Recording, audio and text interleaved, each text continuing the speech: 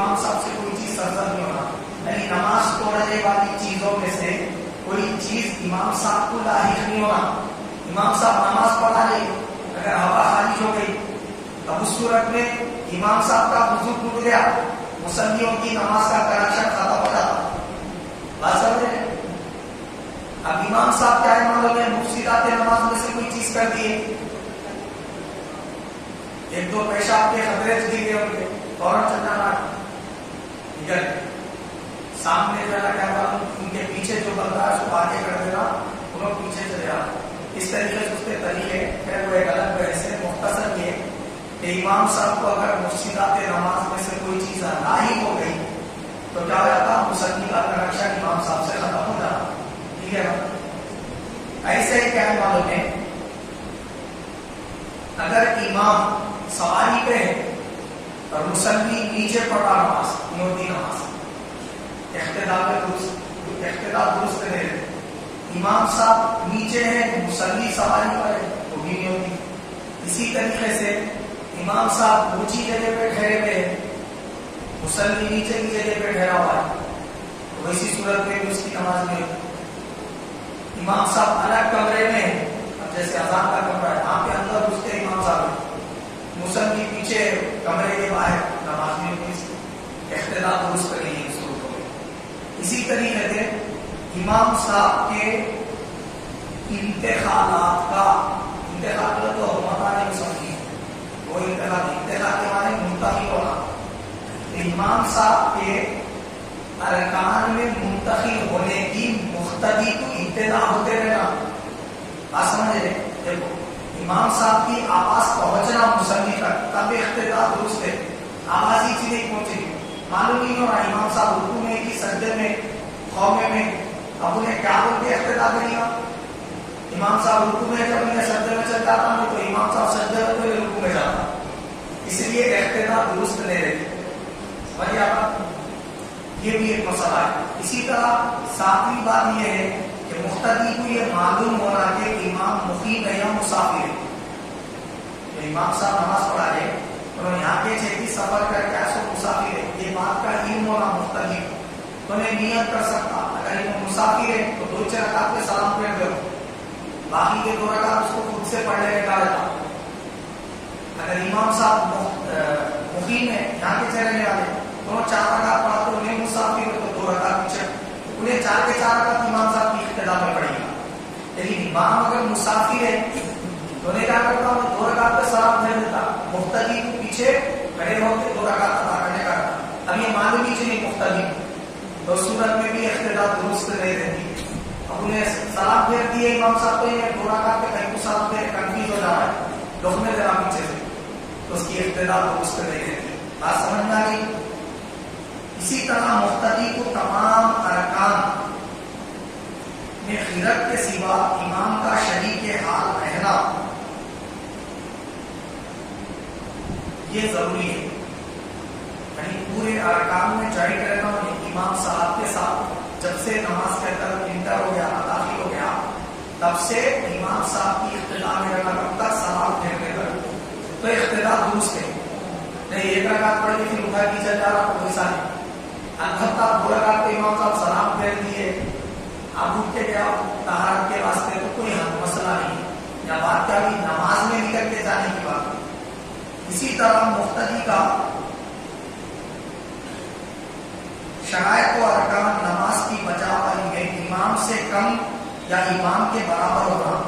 امام صاحب کیا ہے معلوم ہے، جہاں نماز پڑھا ہے مصلی ان سے آگے جا کے نماز پڑھا اقتداء کی نیت کے ساتھ تو نہیں ہوتی. امام پیچھے مقتدی آگے رہا تو نہیں ہوتی.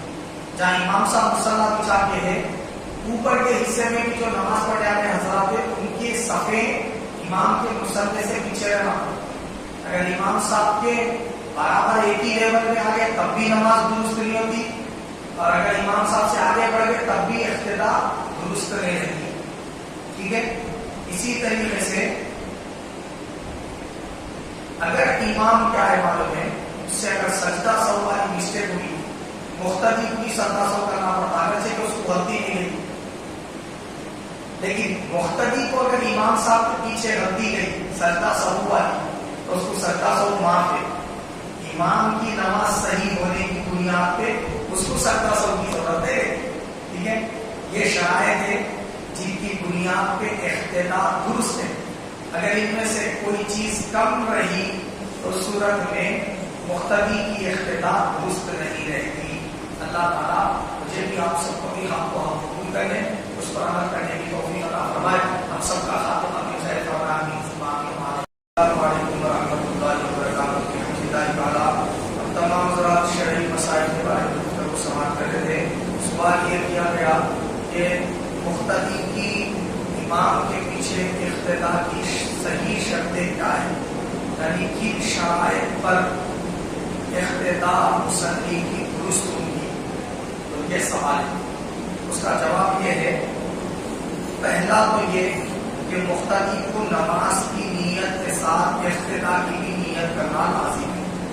یعنی مصلی خالی میں 4 رکعت ظہر کی پڑھتا ہوں یا 2 رکعت فجر کی پڑھتا ہوں یا 3 رکعت مغرب کی 4 رکعت عصر کی 4 رکعت عشاء کی فرض پڑھتا ہوں, اللہ کے لیے منہ رکھا مشرق کی طرف اللہ اکبر کر کے رکعت مان لیا, اقتداء کی نیت نہیں کرا, یعنی اس امام کے پیچھے نماز پڑھتا ہوں نہیں بولا, اس کی نماز امام صاحب کی اقتداء میں درست نہیں رہتی. یہ پہلی شرط ہے کہ جب نیت کرا تو 4 فرض ظہر کی پڑھتا ہوں اللہ کے لیے پیچھے اس امام کے, 2 رکعت فجر کی فرض پڑھتا ہوں واسطے اللہ کے لیے پیچھے اس امام کے, 3 مغرب کے فرض پڑھتا ہوں اللہ کے لیے پیچھے اس امام کے, 4 رکعت عشاء کی فرض پڑھتا ہوں اللہ کے لیے پیچھے اس امام کے, 4 رکعت عصر کی فرض پڑھتا ہوں اللہ کے لیے پیچھے اس امام کے. یہ نیت دل میں کرنا لازمی, منہ سے نہیں بھی بولے تو کوئی مسئلہ نہیں, دل میں بھی نہیں ہے, نیت نہیں کرا, یہ ارادہ نہیں کرا یہ امام صاحب کے پیچھے میں نماز پڑھوں, اس صورت میں آپ کی نمازی میں خالی ایکٹنگ کرنے جیسا ہوتا. آپ سمجھ رہے ہیں, یہ پہلی شرط ہے. دوسری شرط کیا ہے, امام اور مقتدی دونوں کا ایک مکان میں رہنا ضروری ہے. اب دیکھو یہ 3 دروازوں کے اندر دائیں بائیں بیان کرتا ہے پورا حصہ مسجد کا اندرونی حصہ علاوہ جس میں 5 نمازیں ادا کی جاتی ہیں. اب یہ حصے کے اندر اور یہ حصے کے باہر جو مسجد کا سہنے مسجد, آپ بھی اگر اقتداء صفیں پوری آخر تک بن لیتے ہوئے جائیں تو صورت میں اقتداء درست رہے گی, سڑک تک بھی چلے گی, اور اوپر پھر اوپر اور اوپر اور اوپر عرش الہی تک بھی اگر عمارت بنا دیے تب بھی وہ اوپر والوں کی سب کی اقتداء درست ہے.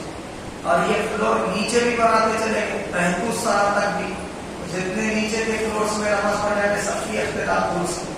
لیکن یہاں جو بات بیان کرے وہ کیا ہے, امام صاحب پڑھا رہے مسجد میں, اب میک کی آواز پہنچ رہی بازو کے گھروں میں, ایک بندہ کیا کرا گھر میں روم میں کیا کرا معلوم مسئلہ بچارے کے امام صاحب کی اقتداء میں نماز پڑھوں گے رکھا تھا, تو نیت بھی کرا تو اقتداء درست نہیں ہے, کیونکہ انہیں الگ گھر میں ہے, امام صاحب الگ مکان میں, مکان چینج ہو گیا تو ویسی صورت میں نہیں آواز آ گئی نا امام صاحب کی بیٹھتے آواز آ گیا بولے تو ایسا نماز نہیں ہوتی. سمجھ گیا, امام صاحب جہاں پہ پڑھا ہے وہ جگہ سے آپ کا کنیکشن ہونا, ربط اور تعلق ہونا, تب جا کے کیا ہوتی آپ کی نماز صحیح ہوتی, ورنہ صحیح نہیں ہوتی. یہ 2 باتیں. تیسری بات یہ ہے کہ امام اور مقتدی دونوں کی نماز ایک ہونا. امام اور مقتدی دونوں کی نماز کیا ہے, ایک رہنا ہے. یعنی کہ امام صاحب پڑھا رہے فجر کی فرض نماز, ابھی یہ نیت کر رہا کل کی ظہر کی قضا پڑھتا ہوں پیچھے امام کی وجہ پر نہیں ہوتی نماز. بات سمجھے, یعنی امام صاحب جو نماز پڑھا رہے انہیں وہی نماز کی نیت کرنا. انہوں فجر پڑھا رہے تو فجر کی, ظہر پڑھا رہے تو ظہر کی, عصر پڑھا رہے تو عصر کی, مغرب پڑھا رہے تو مغرب کی, عشاء پڑھا رہے تو عشاء کی, تراویح پڑھا رہے تو تراویح کی, واجب الوتر پڑھا رہے تو واجب الوتر کی, تہجد پڑھا رہے تو تہجد کی, یا صلاۃ تسبیح کوئی نفل نماز رمضان میں پڑھا رہے تو پھر اس کی انہیں نیت کرنا. امام صاحب کی کوئی نیت کرنا, انہیں بھی وہی. اس صورت میں سے آتی اقتداء درست ہوگی. اگر امام صاحب پڑھ لے اپنی ایک نفل نماز, اکثر لوگ کا سونی میں کرتے ایسا, ایک بندہ جو نماز پڑھتے تھا ظہر کے 4 سنت پڑھا, میں آگے پیچھے سے کرا کی ختم رکعت پڑھنے کا چڑھ جاتا پیچھے. ارے یہ سنت پڑھا میں فرض کی نیت کر رہا ہوں. کہاں سے ہوتی نماز ہوتی بولو پیچھے مصلی کی ہوتی تھی نماز سمجھے. ہاں کب ہوتی جب وہ بندہ اکیلا نماز پڑھ رہا ہوتا ظہر کی, پیچھے سے ایک بندہ آیا ارے وہ فرض پڑھ رہے ہیں اشارہ دے دے کہ اپن جماعت میں شریک ہو جائیں گے بولتے ایک طرف فوراً اشارہ دے دیا. تو جس کو اشارہ دیا وہ بندے کو بھی مسائل معلوم رہنا سمجھے گا. انہیں کہیں کو اشارہ دیا ہوا انہیں نیت کر دینا کہ میں 4 رکعت یہ بندے کو میرے نماز کے ساتھ شریک کر دے رہا ہوں, میں امام بن جاؤں انہیں مصلی, اس طریقے کا میں اللہ کے لیے نماز پڑھوں گا فوراً نیت کر دینا. تو اب اقتدا درست ہو جائے انہیں اقتدا کی نیت کرنا. اب اگر امام نیت ہی دے کر آئی اب انہیں خالی انگلی کا اشارہ کرے کہ رکعت تاہیہ تو نہیں ہوتی نماز.